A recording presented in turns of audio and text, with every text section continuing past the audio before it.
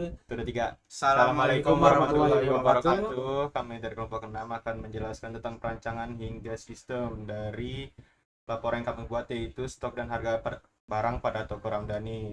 Di sini kita mulai dulu dari penjelasan tentang perancangan yang akan dimulai oleh teman saya, yaitu Radit Aprianto Mahendra. Baik, di sini saya akan menjelaskan tentang perencanaannya. Bentar, saya scroll dulu perencanaan. Nah, ini. Perencanaan stok dan harga barang toko Ramdhani. Bentar. Nah, di sini ada estimasi waktu, estimasi proyek. Yang pertama ada estimasi waktunya. Proyek yang kami rencanakan untuk menyelesaikan waktu itu untuk menyelesaikan ini tidak tentu. Nah, makanya di mana hari pertama dan hari kedua kami menganalisis kebutuhan sistem, menyusun diagram konteks DFD dan RD, dan hari ketiga dan keempat kami mendesain antarmuka pengguna yaitu UI, dan hari kelima dan keenam, kelima dan ketujuh kami mengimplementasikan sistem backend database. Hari ke-8 kami menguji sistem dan perbaikan bug. Dan hari 9 dan ke-10 yaitu hari terakhir kami menyusun dokumentasi project dan laporan akhir. Terus estimasi biaya itu untuk hosting lokal, yang dimana menggunakan XMPP itu biayanya nol rupiah atau gratis. Nah, untuk domain atau hosting online itu perkiraan 20.000 sampai 100.000 gitu. Jika ingin deploy, dan ada akses internet itu ditanggung masing-masing menggunakan apa kayak gitu. uh, yang selanjutnya ada tools design dan diagram menggunakan Draw.io atau AI. Yang lainnya Figma contohnya tuh dia gratis biayanya, dan total biaya itu ada 0 sampai 100.000. Lanjut. Nah, ini ada kebutuhan perangkat lunak, yaitu software. Perangkat lunak yang pertama itu ada XMPP, yaitu untuk menjalankan server lokal seperti MySQL itu. Yang kedua ada PHP versi 7 ke atas. Itu merupakan bahasa pemrograman backend. Terus ada MySQL, Base Data System, kode editor atau VS Code untuk penulisan dan pengujian kode. Yaitu ada juga web browser, Chrome atau Firefox, bisa juga Microsoft Edge untuk mengakses dan menguji aplikasi. Dan terakhir ada Draw.io atau Figma untuk membuat desain UI dan diagram sistem. Itu.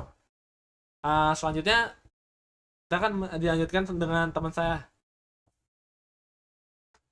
Di sini saya akan menjelaskan tentang diagram yang kita gunakan dalam sistem ini. Pertama, mari kita lihat kelas diagramnya di sini, yaitu ada user, product, dan relasinya itu dari satu ke banyak. Dan dari stock movement itu memiliki kunci asing, yaitu product ID, dan purchase memiliki relasi satu ke banyak juga. Di sini hubungannya itu user dapat mencatat purchase, produk memiliki stock movement, purchase memiliki purchase item termasuk dalam produk. Dan selanjutnya itu kita akan menjelaskan tentang use case diagramnya. Di sini itu ada pemilik toko yang dapat melihat dashboard, kelola data, produk, pembelian, penyelesaian stok, cek harga, dan lihat laporannya. Dan di kelola produk ini kita itu seperti bisa menambahkan, mengedit, kita menghapus dan mencari atau filter produk. Di sini dan di penyesuaian stoknya ini kita bisa memilih produk, jenis penyesuaian, dan input kuantitas dan isi catatan penyesuaiannya agar kan bisa disimpan penyesuaiannya. Di sini untuk cek harga gitu kita bisa menginput nama produknya, ada tombol cek harga, dan kita bisa melihat detailnya. Dan untuk lihat laporan ini bisa kita lihat dulu ringkasannya, dan kita lihat dulu 10 pergerakan stok terbaru, dan kita bisa mengunduh laporannya. Dan untuk melakukan semua ini kita itu memerlukan untuk login dulu, dan di login itu kita bisa, habis semua itu kita bisa logout juga. Sini ada sequence-nya itu, yang ada aktor sebagai pengguna yang berinteraksi, ada garis hidup atau lifeline, ya garis vertikal yang putus-putus yang menunjukkan keberadaan objek. Dan sini juga ada kotak aktivasi, kotak tipis yang di atas garis hidup yang menunjukkan kapan objek aktif. Dan ada juga pesan yang menunjukkan arah komunikasi antar objek. Ada pesan sinkron atau pesan solid. Pengirim itu dapat menunggu responnya, dan ada pesan asinkron atau pesan panah terbuka. Pengirim tidak menunggu respon. Ini tuh alt dan loop. Itu struktur kontrol yang untuk menunjukkan pilihan jika or else dan pengulangan. Ini alurnya itu secara jelas menunjukkan bagaimana permintaan dari browser diterima oleh web server, diteruskan ke controller. Controller berinteraksi dengan berbagai macam model untuk mengambil atau menyimpan data di database, dan akhirnya mengambil respon ke browser lagi. Dan selanjutnya ini activity diagramnya ini. Ini kita lihat dari pemilik toko untuk login dulu. Kemudian pemilik toko memasukkan email dan password, dan akan divalidasi di bagian alt control dan database. Dan sini kita bisa lihat itu ada dashboard, manajemen umum produk, pembelian, stok, dan manajemen harga, pelaporan sehingga logout. Ini kita bisa lihat di sini ada controllernya untuk masing-masing yang akan kita gunakan di sistem kita nanti sampai dengan logout. Untuk selanjutnya itu untuk sistemnya akan dijelaskan oleh teman saya. Ya, di sini saya teman-teman ini sekarang saya akan menjelaskan alur sistemnya. Yang pertama yang sudah dijelaskan tadi oleh teman saya, Ahmad Habibi. Sebelum kita menuju ke dalam sistemnya, kita harus terlebih dahulu login ke dalam sistem tersebut. Ini saya sudah buat akunnya. Kenapa cuma ada login? Itu karena biar tidak ada orang lain yang bisa mendaftar sebagai admin. Jadi email ini khusus dibuat buat pemilik toko.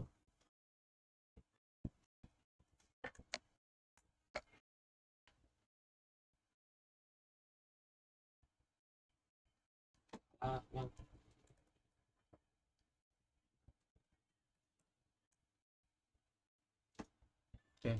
Ya, yang seperti dibilang tadi sama teman saya, di dalam sistem itu terdapat ada kelola produk. Dalam tersebut kita bisa menambahkan tambah produk baru seperti ini. Misal Aqua ini tambahkan dengan harga 50.000 misal. Ini Aqua, ini deskripsi ini kita ini tentang barangnya. SKU ini kayak misal untuk kita tahu unit tersebut size-nya atau ukuran dari barang tersebut apa yang berbeda, misal biar admin atau pemilik tokonya tidak bingung ketika mencari satu harga barang. Misal ini yang 500 liter. Oke, setelah masuk terus di sini ada pembelian. Ini fungsinya ketika ada sales datang, situ kayak ada beberapa barang dibeli, itu bisa ditambahkan biar pemilik toko tahu harga awal dari barang tersebut sehingga bisa mengubah atau agar bisa pemilik toko itu tahu untuk mendapat keuntungan yang lebih dan tidak lupa akan harga asli dari barang tersebut. Sini penyesuaian stok tuh semisal pemilik toko, semisal di toko tersebut air aqua botol besar itu habis, jadi dia ingin mengambil dari gudang satu dos, ini bisa kita ini dia fungsinya dari penyesuaian stok tersebut. Untuk cek harga ini ya mirip-mirip seperti kelola produk, tapi cek ini di sini tepat untuk pemilik toko tersebut mencari suatu harga produk atau nama produk ketika pemilik toko tersebut lupa akan harga barang tersebut. Yang terakhir ada laporan. Di sini tertera semua alur keluar dan masuknya produk-produk tersebut. Seperti ini ada unduh laporan PDF.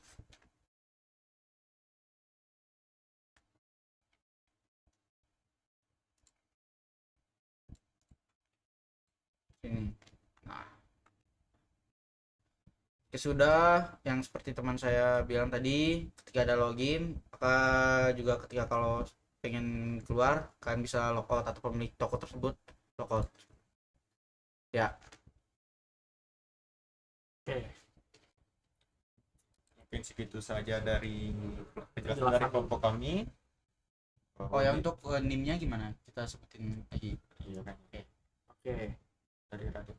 Oh, dari saya yang pertama, saya perkenalkan, nama saya Radita Prianto Mahendra dengan NIM 231001031, dan teman saya Saya Ahmad Habibi dengan NIM 23101003032.